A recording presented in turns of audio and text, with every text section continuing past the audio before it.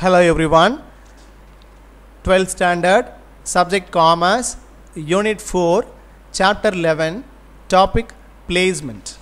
In our previous video, we had discussed about factors influencing selection process and importance of selection. So, இதை பற்றி போன வீடியோவில் நம்ம நிறைய டிஸ்கஸ் பண்ணோம், பிரீஃபாக டிஸ்கஸ் பண்ணோம். And now we are going to discuss about placement. So, அதாவது பணி அமர்த்துதல் அப்படிங்கிறத பற்றி நம்ம பார்க்க போகிறோம். ஸோ லாஸ்ட்டாக நிறைய ப்ராசஸ் பற்றி நம்ம பார்த்தோம் இல்லையா, செலெக்ஷன் ப்ராசஸ் பற்றி பார்த்தோம். ஸோ ஃபைனல் கான்ட்ராக்ட் வரைக்கும் நம்ம பார்த்தோம் இல்லையா. ஸோ எப்படிலாம் வந்து செலெக்ஷன் ப்ராசஸ் வந்து நடக்குது, ஸோ என்னென்ன ஸ்டெப்ஸ்லாம் நம்ம ஃபாலோ பண்ணுறோம். ஸோ ஃபைனல் செலெக்ஷன் பண்ணி லாஸ்ட்டாக ஒரு கான்ட்ராக்ட்லையும் அந்த எம்ப்ளாயரும் சரி எம்ப்ளாயும் சரி என்ன பண்ணுறாங்க, சைன் பண்ணுறாங்க. ஸோ அது வரைக்கும் நம்ம நிறைய விஷயங்கள் பார்த்தோம். அதே மாதிரி அடுத்தது நம்ம ஃபேக்டர்ஸ் இன்ஃப்ளூயன்சிங் செலெக்ஷன் ப்ராசஸ் பார்த்தோம், இம்பார்ட்டன்ஸ் ஆஃப் செலெக்ஷன் ப்ராசஸ் பார்த்தோம். இப்போது பிளேஸ்மெண்ட் பற்றி, அதாவது பணி அமர்த்துதல், லாஸ்ட் அண்ட் ஃபைனலாக கான்ட்ராக்டில் அக்ரிமெண்ட்டில் சைன் பண்ணதுக்கு பிறகு பணி அமர்த்துதல் பற்றி பார்க்க போகிறோம். So selection differs from recruitment அப்படின்னு சொல்கிறாங்க. So selection differs from recruitment and selection play a vital role. So இந்த ரெக்ரூட்மெண்ட் ஆகட்டும் செலெக்ஷன் ஆகட்டும் என்ன ஆகுது, வைட்டல் ரோல், ரொம்ப முக்கியமான ஒரு பங்கு வகிக்குது. ஸோ ஹியூமன் ரிசோர்ஸ் மேனேஜ்மெண்ட்டில், இந்த ஹியூமன் ரிசோர்ஸ் மேனேஜ்மெண்ட்டில் இந்த செலெக்ஷன் ஆகட்டும் ரெக்ரூட்மெண்ட் ப்ராசஸ் ஆகட்டும் ரொம்ப முக்கியமான பங்கு வகிக்குது. These are two sides of same coins but there exist some differences between the two. என்ன பண்ணுறாங்க, இது எப்படி ஒரு காயினுக்கு ரெண்டு பக்கங்கள் இருக்கோ அந்த மாதிரி தான் அந்த செலெக்ஷன் ப்ராசஸும் ரெக்ரூட்மெண்ட்டும். ஸோ ரெண்டு விதமான பக்கங்களை கொண்டிருக்குது. So the difference have been highlighted and the exhibit is given below. So ஆனால் ரெண்டுக்கும் இடையில ஒரு சில டிஃப்ரென்சஸ் இருக்குது, செலெக்ஷனுக்கும் ரெக்ரூட்மெண்ட்டுக்கும் நிறைய டிஃப்ரென்சஸ் இருக்குது. ஸோ அதை நம்ம கீழே ஒன் பை ஒன் பார்க்கலாம். ஸோ ஃபஸ்ட்டு பார்த்திங்கன்னா பிளேஸ்மெண்ட். ஸோ பிளேஸ்மெண்ட்னா என்ன சொல்லுவோம், பணி அமர்த்தல், சரியா. So introduction on placement is an important human resource activity. So placement அப்படிங்கிறது ரொம்ப ரொம்ப முக்கியமான ஆக்டிவிட்டியாக இருக்குது இந்த ஹியூமன் ரிசோர்ஸில். After a candidate has been selected, இந்த கேண்டிடேட்டை செலக்ட் பண்ணதுக்கு பிறகு யாரோ ஆணாக இருக்கலாம் அல்லது பெண்ணாக இருக்கலாம், he should be placed on a particular job. என்ன பண்ணுறாங்க, அந்த பர்டிகுலர் ஜாப்பில் பணி அமர்த்துறாங்க. In fact placement signifies placing the right person on the right job. இது ரொம்ப ரொம்ப முக்கியம். ஸோ இந்த பிளேஸ்மெண்ட் பண்ணும்போது எப்படிப்பட்ட ஒரு நபரை நம்ம பிளேஸ் பண்ணுறோம், so right person on the right job, கரெக்டான வேலைக்கு கரெக்டான நபரை நம்ம அமர்த்துறோமாங்கிறது ரொம்ப ரொம்ப இந்த பிளேஸ்மெண்ட்டில் முக்கியமான ஒரு விஷயமா இருக்குது. So job in a good manor என்ன பண்ணணும், ரொம்ப நல்ல முறையில் என்ன பண்ணணும், அதை கரெக்டாக பண்ணணும். The term placement includes initial assignment of new employees and promotions. So இது அந்த பிளேஸ்மெண்ட் அப்படிங்கிறது நியூவாக நம்ம அப்பாயின்ட் பண்ணுற நபர்களை மட்டும்தான் பிளேஸ்மெண்ட் பண்ணுறோம் அப்படிங்கிறது இல்லை. எக்ஸிஸ்டிங் எம்ப்ளாயீஸை அங்கேயே ஒர்க் பண்ணக்கூடிய அந்த பர்டிகுலர் எம்ப்ளாயீஸுக்கு ப்ரொமோஷன் மூலியமாகலாம் என்ன பண்ணுவாங்க, ஒரு போஸ்ட்டில் ஒர்க் பண்ணிகிட்டு இருப்பார், அவருக்கு இன்னொரு சம்மந்தப்பட்ட எக்ஸ்பீரியன்ஸ் நிறைய ஆகிருப்பார், அவருக்கு ப்ரொமோஷன் கிடைக்கலாம். ஸோ ப்ரொமோஷன் கிடைக்கும்போது என்ன பண்ணுவாங்க, அவர் அடுத்த போஸ்டிங்க்கு அவர் என்ன ஆகிறாரு, ப்ரொமோட் ஆகிறாரு. ஸோ அதுவும் கூட ஒன் ஆஃப் த பிளேஸ்மெண்ட் தான். ஸோ பிளேஸ்மெண்ட் மீன்ஸ் என்னது, இருக்கக்கூடிய வேக்கன்சியை அவரும் என்னது இந்த மாதிரியான ப்ரொமோஷன்ஸ் மூலிமா நம்மளால் ப்ளேஸ் பண்ண முடியும், ஃபில் பண்ண முடியும். ஸோ ப்ரொமோஷன் மூலிமா ஃபில் பண்ணலாம், ப்ளேஸ் பண்ணலாம். அதே மாதிரி ட்ரான்ஸ்ஃபர் மூலிமா ப்ளேஸ் பண்ண முடியும். அதே மாதிரி டிமோஷன், ஒரு வேலையில் இருந்துட்டு அதிகப்படியான ஹையர் போஸ்டிங்கில் ஒர்க் பண்ணிவிட்டு அதுக்கப்புறம் லோயர் போஸ்டிங்க்கு கொண்டு போகிறத நம்ம என்ன சொல்லுவோம், டிமோஷன் சொல்லுவோம், சரியா. ஸோ இந்த மாதிரி நிறைய ஏதாவது தப்பு பண்ணியிருக்கலாம், அல்லது ஏதாவது திருட்டு வேலை பண்ணியிருக்கலாம், அல்லது ஏதாவது ராங்கு டீலிங்ஸ் பண்ணியிருக்கலாம். இந்த மாதிரி பண்ணும்போது அவங்கள என்ன பண்ணுவாங்க, டிமோட் பண்ணுவாங்க. ஸோ அந்த மாதிரி நிறைய விஷயங்கள்னால ப்ரொமோஷன் மூலிமா, ட்ரான்ஸ்ஃபர் மூலிமா, டிமோஷன்ஸ் மூலிமா என்ன ஆகும், இந்த பிளேஸ்மெண்ட் அப்படிங்கிற ஒரு விஷயம் நடக்க தான் செய்யும். ஸோ ப்ரெஷரையும், அதை ஃப்ரெஷர்ஸ் இருக்கிறாங்கன்னா அவங்களையும் பிளேஸ்மெண்ட் பண்ணுவாங்க.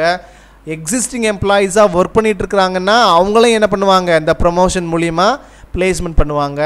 அல்லது ஏதாவது ப்ரொமோஷன்ஸ் ட்ரான்ஸ்ஃபர்ஸ் மூலிமா பிளேஸ்மெண்ட் பண்ணுவாங்க, அல்லது டிமோஷன்ஸ் மூலியமாகவும் இந்த மாதிரி பிளேஸ்மெண்ட்ஸ் நடக்கும், சரியா.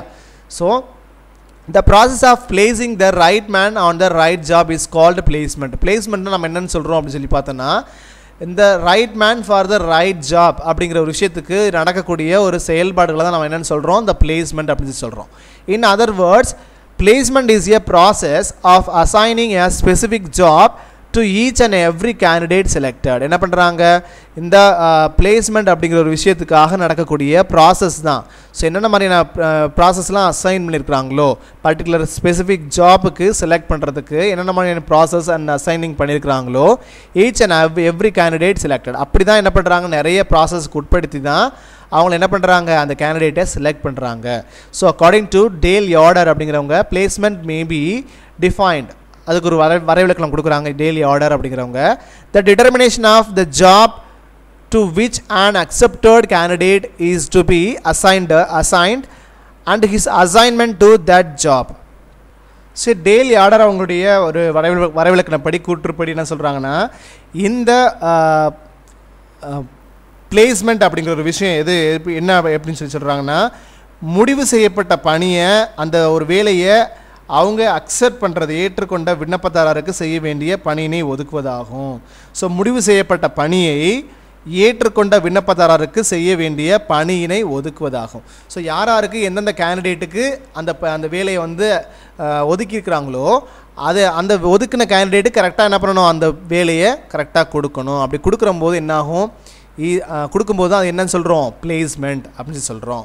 ஸோ அதே மாதிரி சிக்னிஃபிகன்ஸ் ஆஃப் பிளேஸ்மெண்ட். ஸோ பணியமர்த்துதலுடைய முக்கியத்துவம் என்னென்ன.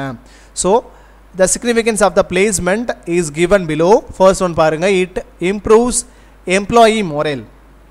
So it improves employee morale அப்படின்னு சொல்லிச்சுன்னா, இது அந்த ஊழியர்கள் இருக்காங்க இல்லையா, அவங்களுடைய ஒழுங்குணர்வை மேம்படுத்துது. ஸோ இந்த பிளேஸ்மெண்ட் அப்படிங்கிறது எதை வந்து நமக்கு முக்கியத்துவமாக சொல்லுது அப்படின்னு சொல்லி பார்த்தோன்னா, அந்த எம்ப்ளாயி பர்டிகுலர் கேண்டிடேட்டை வந்து நம்ம அப்பாயிண்ட் பண்ணுறோம், அவரை பிளேஸ் பண்ணுறோம் அப்படின்னு சொன்னால் அவங்களுடைய ஒழுங்குணர்வை மேம்படுத்தக்கூடிய ஒரு செயல்பாடாக இருக்கும் எது இந்த பிளேஸ்மெண்ட் அப்படிங்கிறது. ஏன்னா அவங்கள செலக்ட் பண்ணி அந்த பிளேஸ்மெண்ட் பண்ணும்போது என்ன கிடைக்கும், அவங்களுக்கு கண்டிப்பாக ஒரு நல்ல நம்பிக்கை வரும், அந்த கம்பெனியை பற்றி ஒரு நல்ல நம்ம ஒர்க்கை நம்ம வந்து என்ன பண்ணணும், கொடுக்கணும், நிறைய விஷயங்கள் நல்லபடியாக செய்யணும், அந்த ஒர்க்கை வந்து நம்ம கொடுத்து நல்லபடியாக நம்ம இம்ப்ரூவ் ஆகணும், அந்த கம்பெனி டெவலப் பண்ணணுங்கிற எண்ணத்தோடு அந்த கம்பெனிக்குள்ள வரும்போது என்ன கிடைக்கும், அவங்களுக்கு ஒழுக்க உணர்வு வரும் தானாகவே. சரியா? It helps in reducing employee turn over. So இந்த மாதிரியான பிளேஸ்மெண்ட் பண்ணும்போது அவங்களுக்கு அடுத்த கம்பெனிஸ்க்கு போகணும் அப்படிங்கிற மாதிரியான ஒரு சிந்தனையே என்ன ஆகாது, கண்டிப்பாக வர்றதுக்கு கம்மி தான். ஸோ அதை சொல்கிறாங்க. அண்ட் அடுத்ததான், it helps in reducing conflicts rates or accidents. என்ன பண்ணுறாங்க, இந்த மாதிரியான இந்த மாதிரி பணியமர்த்துதலுடைய முக்கியமான ஒரு விஷயம் என்ன அப்படின்னு சொல்லி பார்த்தோன்னா, மோதல் விகிதங்கள்லாம், அதாவது ஏதாவது சண்டை சச்சரவுகள் வர்றதுலேருந்து ஆகட்டும், அல்லது விருப்பப்படாத ஒரு நிகழ்வுகளை வந்து குறைக்கிறதுக்காகட்டும். ஸோ அதாவது ஆக்சிடென்ட்ஸு, இந்த கம்பெனியில் ஒர்க் பண்ணிகிட்டு இருக்கும்போது ஒரு ப்ராப்பரான ஒரு மெத்தட் இல்லாமல் சம் ப்ரிகாஷன்ஸ் இல்லாமல் அந்த வேலையை செய்யும்போது அதில் ஏதாவது சம் ஆக்சிடென்ட்ஸ் ஏற்படுறது. ஸோ இந்த மாதிரியான விஷயங்கள்லேருந்து ஒரு தற்காத்துக்கிறதுக்கு எது ரொம்ப ரொம்ப முக்கியமாக இருக்குன்னா, கரெக்டான நபரை நம்ம செலக்ட் பண்ணும்போது, ப்ளேஸ் பண்ணும்போது தான். சரியா? It avoids Misfit between the candidates and the job. So இந்த செலெக்ஷன், சிக்னிஃபிகன்ஸ் ஆஃப் செலெக்ஷன் வந்து எதுக்கு ரொம்ப ரொம்ப ஹெல்ப்ஃபுல்லாக இருக்குன்னா, எதை அவாய்ட் பண்ண முடியுதுன்னா, இட் அவாய்ட்ஸ் மிஸ்ஃபிட்ஸ். என்ன பண்ணுறாங்க, அந்த வேலைக்கு தகுதி இல்லாத நபரை நம்ம என்ன பண்ணுறதில்ல, அதை அப்பாயிண்ட் பண்ணுறதை நம்ம என்ன பண்ணுறது, தவிர்க்கிறதுக்கு ரொம்ப ரொம்ப ஹெல்ப்ஃபுல்லாக இருக்குது. It help the candidate to work as per the predetermined objective of the organisation. So இந்த அதில் ஒர்க் பண்ணக்கூடிய அந்த கேண்டிடேட்ஸுக்கு என்ன மாதிரியான ஒரு விஷயத்தை கொடுக்குது அப்படின்னு சொல்லி பார்த்தோன்னா, ப்ரீடிட்டர்மைண்ட் ஆப்ஜெக்டிவ்ஸ். ஸோ அந்த ஆர்கனைசேஷனுடைய முன்கூட்டியே பிளான் பட்டிருக்கக்கூடிய அந்த நோக்கங்களை வந்து நிறைவேற்றுறதுக்கு இந்த மாதிரியான பிளேஸ்மெண்ட்ஸ் வந்து ரொம்ப ரொம்ப முக்கியம். It involves assigning a specific rank and responsibility to an individual. So இந்த மாதிரி பிளேஸ்மெண்ட் பண்ணும்போது அவங்களுடைய ஸ்பெசிஃபிக் ரேங்க் வந்து அப்படி ரொம்ப ரொம்ப முக்கியம்.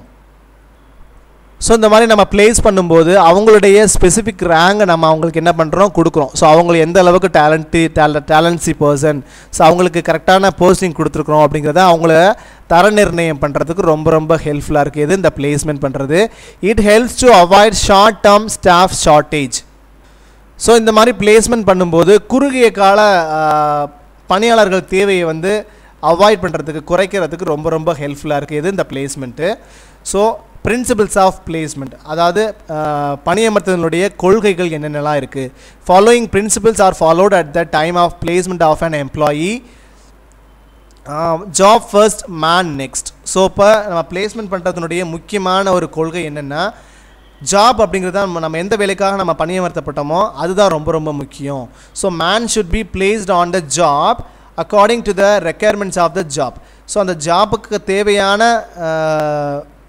விஷயங்கள்லாம் இருக்கக்கூடிய அந்த நபரை தான் நம்ம என்ன பண்ணணும், அந்த பர்டிகுலர் அந்த ஜாப்புக்கு பிளேஸ் பண்ணணும். So there is no compromise on the requirements or qualifications of the man with respect to job. என்ன பண்ணுறாங்க, இதில் ஏதாவது காம்ப்ரமைஸ் பண்ண நினச்சோம் அப்படின்னு சொன்னால் அந்த வேலைக்கு தகுதி இல்லாத தேவைப்படக்கூடிய விஷயங்கள் எல்லாத்தையும் நம்ம நெக்லெக்ட் பண்ணிவிட்டு தகுதி இல்லாத குவாலிஃபிகேஷன் கரெக்டாக இல்லாத ஒரு பர்சனை நம்ம செலக்ட் பண்ணிட்டோம் அப்படின்னு சொன்னால், ஏதாவது சம் ரெஃபரன்ஸ் மூலிமா அவங்கள ரெஃபரன்ஸ்க்காக செலக்ட் பண்ணிட்டோம் அப்படின்னு சொன்னால் அந்த பர்டிகுலர் போஸ்டிங் பார்த்தினா அந்த ஜாப்புக்கு தகுதி இல்லாத ஒரு நபரை நம்ம செலக்ட் பண்ணுறதா ஆகிடும் இல்லையா. So job first man next. ஜாப்புக்கு தகுந்த மாதிரி ஒரு பர்சனை தான் நம்ம வந்து எஃபிஷியன்ட் ஹேண்டை தான் நம்ம அப்பாயின்ட் பண்ணணுமே தவிர்த்து பிளேஸ்மெண்ட் பண்ணணுமே தவிர்த்து மனிதனம் பார்த்து யார் இவங்க அப்படிங்கிறத தெரிஞ்சு அப்படி அப்பாயின்ட் பண்ணுறது நம்ம நல்லதில்லை அப்படின்னு சொல்கிறாங்க. Should be principles of placement. So நம்ம பணியமர்த்தலினுடைய முக்கியமான கொள்கையாக இதை நான் கண்டிப்பாக ஃபாலோ பண்ணால் தான் எந்த ஒரு வேலைக்காக நம்ம வந்து ஒருத்தரை வந்து கேண்டிடேட்டை செலக்ட் பண்ணுறோமோ பிளேஸ் பண்ணுறோமோ அந்த வேலை வந்து ஒழுங்காக நடக்கிறதுக்கு வாய்ப்பாக இருக்கும். ஸோ அதை மீறி நம்ம மனிதனுக்காக யாரோ ஒருத்தர் சொல்கிறத கேட்குறதுக்காக அவங்களுடைய ரெஃபரன்ஸில் நம்ம யாரோ ஒருத்தரை தகுதி இல்லாத நபரை வந்து அந்த வேலைக்கு அமர்த்திட்டோம் அப்படின்னு சொன்னால் அந்த ஒர்க்கு வந்து ப்ராப்பராக நடக்குமா சார் அப்படின்னு சொன்னால் கண்டிப்பாக நடக்காது இல்லையா. ஸோ அதான் அடுத்ததாக job offer.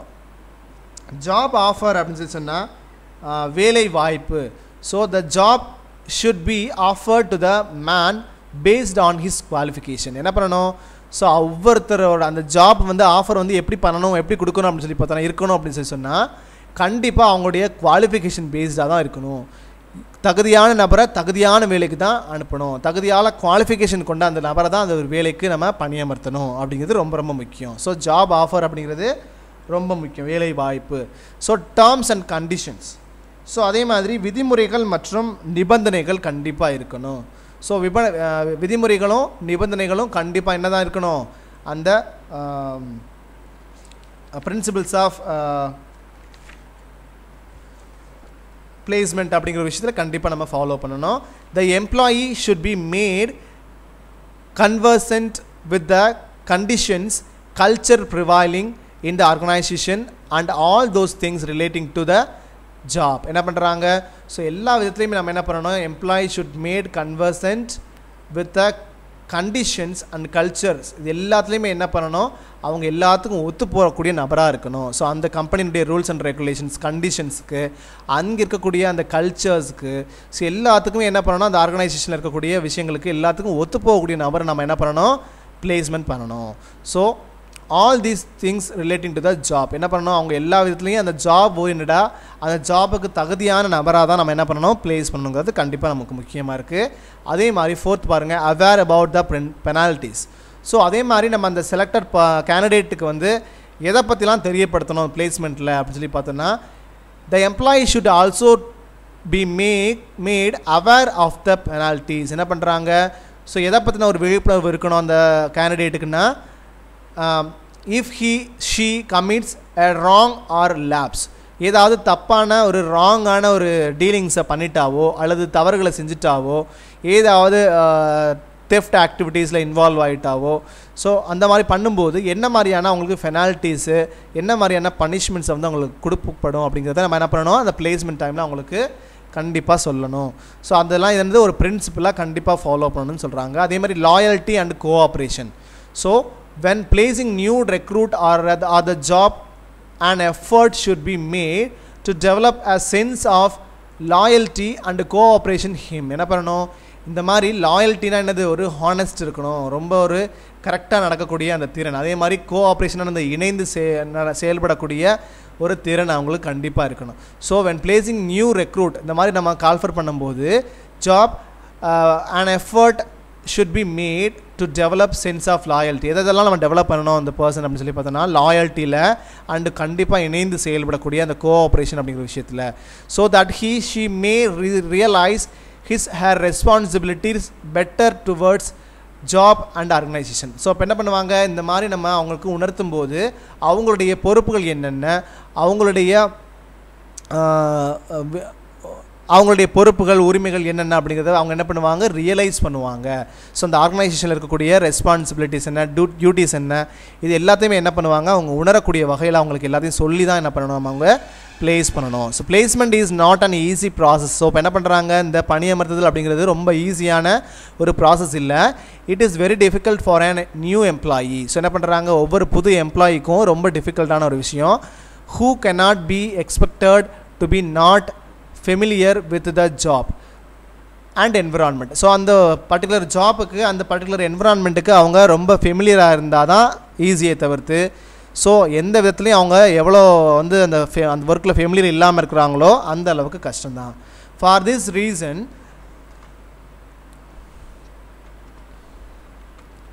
the employee is generally put on probation or trial period ranging from 1 year to 2 years. After completion of probation period, if the employee shows a better performance, he or she is confirmed at the job as a regular employee of the organization. என்ன பண்ணுறாங்க, ஒரு சிலர் இந்த மாதிரி என்ன select பண்ணக்கூடிய அந்த employee என்ன பண்ணுறாங்க, ஜென்ரலாக ப்ரொபேஷன் பீரியட்னு சொல்லிட்டு என்ன பண்ணுறாங்க, ட்ரையல் பீரியடாக ஒரு பர்டிகுலர் பீரியடாக என்ன பண்ணுறாங்க, ப்ரொவைட் பண்ணுறாங்க, ரிசர்வ் பண்ணுறாங்க. ஸோ அப்போ என்னதுன்னா ஆஃப்டர் அதாவது 1 year அல்லது 2 yearsக்கு என்ன பண்ணுறாங்க, இந்த மாதிரி ப்ரொஃபஷனாக தான் என்ன பண்ணணும், ஒர்க் பண்ணணும்.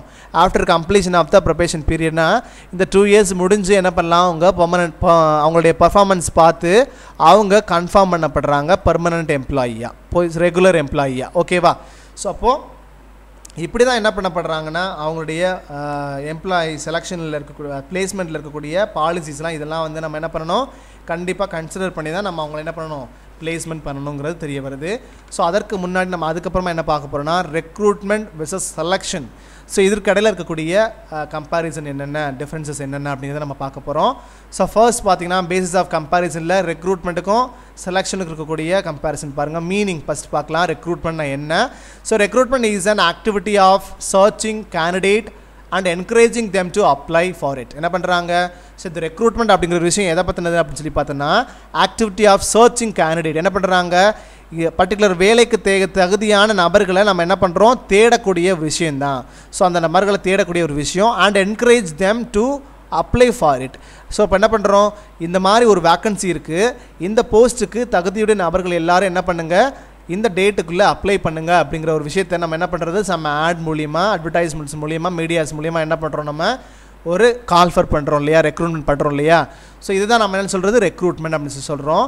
அதே மாதிரி செலெக்ஷன்னா என்ன, selection refers to the process of selecting the suitable candidate and the offering them job. என்ன பண்ணுறாங்க, செலெக்ஷன் அப்படிங்கிறது அந்த பர்டிகுலர் போஸ்ட்டுக்கு தகுதியான ஒரு நபரை என்ன பண்ணணும், செலக்ட் பண்ணுறது மட்டும் இல்லாமல் சூட்டபிள் கேண்டிடேட் தகுதியான நபரை செலக்ட் பண்ணணும், அவங்களுக்கு தான் அந்த வேலையை கொடுக்கணும். இப்படி சூட்டபிளான கேண்டிடேட்டை செலக்ட் பண்ணி அவங்களுக்கு அந்த பர்டிகுலர் ஜாப்பை கொடுக்குறது தான் இது செலெக்ஷன் அப்படிங்கிறது. தென் அடுத்து பார்த்தீங்கன்னா அப்ரோச்னா என்னது, அணுகுமுறைன்னு சொல்லுவோம். சரி, ரெக்ரூட்மெண்ட்டில் எப்படி அணுகுமுறை பண்ணுறாங்க, approach under recruitment is positive one. So இப்போ ரெக்ரூட்மெண்ட் பொறுத்த வரைக்கும் எப்படி அப்ரோச் பண்ணுறாங்கன்னா பாசிட்டிவ் மேனரில். ஸோ என்ன பண்ணுங்க, யார் வேணாலும் அப்ளை பண்ணலாம் அப்படிங்கிற மாதிரியான ஒரு அப்ரோச் தான் என்ன பண்ணுறாங்க, இந்த ரெக்ரூட்மெண்ட் வந்து செய்கிறாங்க. அதுவே செலெக்ஷன் எப்படி பண்ணுறாங்க, approach under selection is negative one. என்ன பண்ணுவாங்க, இப்போது ஓகே அப்ளைலாம் பண்ணிட்டாங்க, அப்ளிகேஷன்லாம் பண்ணி முடிச்சுட்டு அது ஸ்க்ரூட்டனைஸ் பண்ணிட்டாங்க. அப்படி பண்ணும்போது ஸ்க்ரூட்டனைஸ் பண்ணி செலெக்ஷன் டெஸ்ட் வச்சு இன்டர்வியூ கண்டக்ட் பண்ணி அதில் என்ன பண்ணலாம், ஒன்று அவங்கள செலக்ட் பண்ணலாம் அல்லது அவங்கள என்ன பண்ணலாம், ரிஜெக்ட் பண்ணலாம். ஸோ இப்போ 2 விதத்தில் எது வேணாலும் நடக்கலாம். அப்போ இங்கே நெகட்டிவாகவும் நிறைய விஷயங்கள் நடக்கிறதுக்கு வாய்ப்பு இருக்குது. எங்கே, இந்த செலெக்ஷனில். புரியுதா? ஸோ ஆப்ஜெக்டிவ் என்ன, நோக்கம் என்ன, ஸோ ரெக்ரூட்மெண்ட்டுடைய ஆப்ஜெக்டிவ் என்னென்னா inviting large number of candidates to apply for the vacant post. என்ன பண்ணுறாங்க, ஸோ நிறைய பேரை, நிறைய அப்ளிகன்ஸை என்ன பண்ணுறது, இன்வைட் பண்ணுறது, லார்ஜ் நம்பர் ஆஃப் கேண்டிடேட்ஸை இன்வைட் பண்ணுறதும் அவங்கள இந்த பர்டிகுலர் வேக்கன்சி ஆஃப் போஸ்ட்டுக்கு அப்ளை பண்ண வைக்கிறது தான் அந்த ரெக்ரூட்மெண்ட்டுடைய ஆப்ஜெக்டிவாக இருக்குது. அதே மாதிரி செலெக்ஷனுடைய ஆப்ஜெக்டிவ் என்ன? Picking of the most suitable candidates and eliminating the rest. என்ன பண்ணுறாங்க? இந்த செலெக்ஷனுடைய முக்கியமான நோக்கம் என்னென்னா, யார் யாரெல்லாம் சூட்டபிள் கேண்டிடேட்டாக இருக்கிறாங்களோ அவங்கள எடுத்துக்கிறது, மற்றவங்க எல்லாத்தையும் என்ன பண்ணுறது? எலிமினேட் பண்ணிடுறது. ஓகேவா? ஸோ இந்த வேலையை தான் என்ன பண்ணுறாங்க? செலெக்ஷன் ப்ராசஸ் வந்து முக்கியமான நோக்கமாக எடுத்துகிட்டு செஞ்சுட்டு இருக்குது. அதே மாதிரி சீக்வன்ஸ்னால் என்னது? அந்த வரிசைப்படியில். ஸோ இப்போ அந்த ரெக்ரூட்மெண்ட் அப்படிங்கிறது என்ன சீக்வன்ஸில் இருக்குது? ஃபஸ்ட்டு செய்யக்கூடிய அந்த செலெக்ஷன் ப்ராசஸில் வந்து ஸ்டெப்ஸ் இன் செலெக்ஷன் ப்ராசஸில் ஃபர்ஸ்ட் செய்யக்கூடியதான் இது ரெக்ரூட்மெண்ட். அதே மாதிரி செலெக்ஷன் எப்போ செய்வாங்க? Second process. சரியா? செகண்ட் சீக்வன்ஸ் தான் இது செலெக்ஷன் அப்படிங்கிறது. ஸோ மெத்தட்னா என்னது? முறை. It is on economical method. So இந்த ரெக்ரூட்மெண்ட் அப்படிங்கிறது என்னது? அதிகப்படியான எந்த ஒரு செலவினங்களும் நடக்க போகிறதில்ல. ஸோ ஒன்லி இந்த ஆட், இந்த மாதிரி சிம்பிளஸ்டான ஒரு மீடியாவில் ஆட் கொடுக்கும்போது அதுக்கு சின்ன ஒரு அமௌண்ட் தான் ஆகும், செலவாகும். ஸோ இப்போது இது எப்படிப்பட்ட ஒரு விஷயமா இருக்குது? இந்த ரெக்ரூட்மெண்ட் அப்படிங்கிறது ஒரு எக்கனாமிக்கல் மெத்தடாக இருக்குது. அதுவே செலெக்ஷன் அப்படிங்கிறது என்ன? It is on expensive method. ஏன் அப்படி சொல்கிறாங்க எக்ஸ்பென்சிவ் மெத்தட் அப்படின்னு சொல்லி சொன்னால், செலெக்ஷன் ப்ராசஸ் அப்படிங்கிறது ரொம்ப லென்த்தியான ஒரு விஷயம்னு முதல்ல நம்ம பார்த்துட்டோம். இதுக்கு நிறைய ப்ராசஸ் இருக்குது, நிறைய டைம் தேவைப்படும், நிறைய செலவு பண்ணணும். அப்படி பண்ணி தான் என்ன பண்ண முடியும்? இப்படி நபர்களை நம்ம அந்த செலக்டட் கேண்டிடேட்டை நம்ம செலக்ட் பண்ண முடியும். ஸோ அப்போது இது ஒரு எக்ஸ்பென்சிவ் மெத்தட். எது? இந்த செலெக்ஷன் அப்படிங்கிறது. கான்ட்ராக்சுவல் ரிலேஷன், என்ன மாதிரியான ஒப்பந்த உறவு இருக்குது இந்த ரெக்ரூட்மெண்ட்லேயும் செலெக்ஷன்லேயும்? It involves the communication of vacancies, no contractual relations is established. ரெக்ரூட்மெண்ட்டில் என்ன தான் பண்ணுறாங்க? இந்த மாதிரி வேக்கன்சிஸ் இருக்குப்பா, இதில் என்ன பண்ணுங்கள், நீங்கள் எல்லோரும் அப்ளை பண்ணுங்கள் அப்படிங்கிற ஒரு தகவலை தான் என்ன பண்ணுறாங்க? கொடுக்குறாங்க. ஸோ இதில் யாரும் வந்து என்ன பண்ணுறதில்ல, கான்ட்ராக்சுவல் ரிலேஷன்ஸாக ஒரு கான்ட்ராக்ட் போட்டு அக்ரிமெண்ட் போட்டு என்ன பண்ணுறதில்ல, சைன் பண்ணிலாம் இதில் வந்து ரெக்ரூட்மெண்ட் பண்ணுறதில்ல. ஸோ செலெக்ஷனில் எப்படி பண்ணுறாங்க? It creates contractual relation between employer and employee. ஏன்னா இந்த செலெக்ஷன் ப்ராசஸ் முடியும்போது என்ன பண்ணுவாங்க? அந்த வேலைக்கு அவரை அமர்த்தப்படும் போது அந்த பர்டிகுலர் கேண்டிடேட் ஆஃப் எம்ப்ளாயரும் அந்த ஹையர் அஃபீஷியலும் என்ன பண்ணுவாங்க? அங்கே அந்த பர்டிகுலர் கான்ட்ராக்டில் டேர்ம்ஸ் அண்ட் கண்டிஷன்ஸ் நார்ம்ஸ் எல்லாம் போட்டு அதை ரைட் பண்ணி என்ன பண்ணுவாங்க? ரெண்டு சைட் ஆஃப் பீப்புளும் அதில் சைன் பண்ண வேண்டிய சூழல் வரும். சரியா? ஸோ இதான் செலெக்ஷன் அப்படிங்கிறது. அடுத்து ப்ராசஸ்னால் என்ன? ஸோ ரெக்ரூட்மெண்ட் ப்ராசஸ் என்னென்னா, recruitment process is very simple. என்ன பண்ணுறாங்க? சம் மீடியாவில் சம் ஆட் மட்டும் அந்த போஸ்ட் பற்றின வேக்கன்சிஸ் பற்றின ஒரு ஆட் கொடுப்பாங்க. ஸோ யாரெல்லாம் வாலண்டியர்ஸோ அவங்க எல்லாம் என்ன பண்ணுங்கள், அவங்க அப்ளை பண்ணுங்கன்னு சொல்லிட்டு ஒரு தகவலை கொடுக்குறது தான். இது ஒரு சிம்பிளான ஒரு ப்ராசஸ் தான் ரெக்ரூட்மெண்ட் அப்படிங்கிறது.